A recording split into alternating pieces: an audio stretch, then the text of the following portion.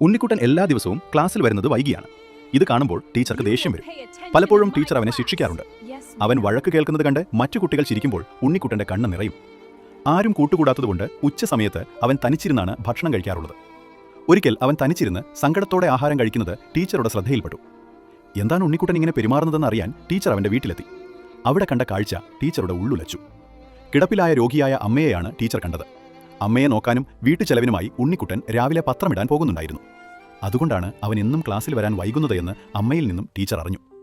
താൻ ശിക്ഷിച്ച കുട്ടി എത്ര വലിയ ഉത്തരവാദിത്തമാണ് ചുമലിലേറ്റുന്നതെന്ന് അറിഞ്ഞപ്പോൾ ടീച്ചർക്ക് കുറ്റബോധം തോന്നി. പിറ്റേ ദിവസം ക്ലാസ്സിലെത്തിയ ടീച്ചർ ഉണ്ണിക്കുട്ടന്റെ കഥ എല്ലാവരോടും പറഞ്ഞു. അവനെ ചേർത്തു നിർത്തി അഭിനന്ദിച്ചു. കുട്ടികളോടെല്ലാം തങ്ങളുടെ ഭക്ഷണം അവനുമായി പങ്കുവയ്ക്കാൻ ടീച്ചർ ആവശ്യപ്പെട്ടു. അതോടെ സഹപാഠികൾക്കെല്ലാം ഉണ്ണിക്കുട്ടനോട് സ്നേഹമായി. അവരവനെ കൂട്ടുകാരനായി സ്വീകരിച്ചു. ഒരാളുടെ സാഹചര്യം എന്താണെന്നറിയാതെ അവരെ വിധിക്കരുത്. പുറമേ കാണുന്നതല്ല എല്ലാവരുടെയും ജീവിതം.